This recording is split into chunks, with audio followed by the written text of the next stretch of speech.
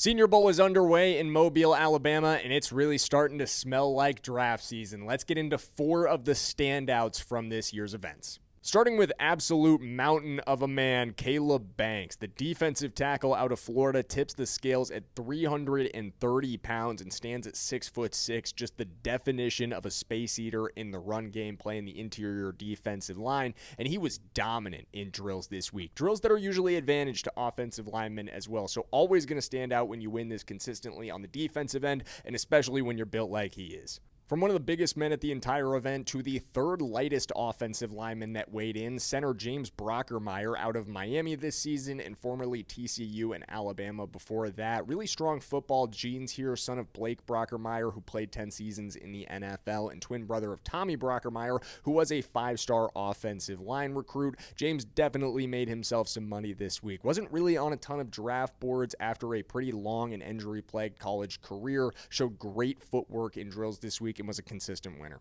Every year, there's a really neat small school story coming out of these events, and this year it's Tyron Montgomery, and it's not particularly close. The D3 receiver out of John Carroll snuck into this thing after making a great impression last week at the American Bowl, one of the last invitations to this event, and he has dominated in the one-on-ones, likely creeping his way up from undrafted to potentially as high as the 4th round.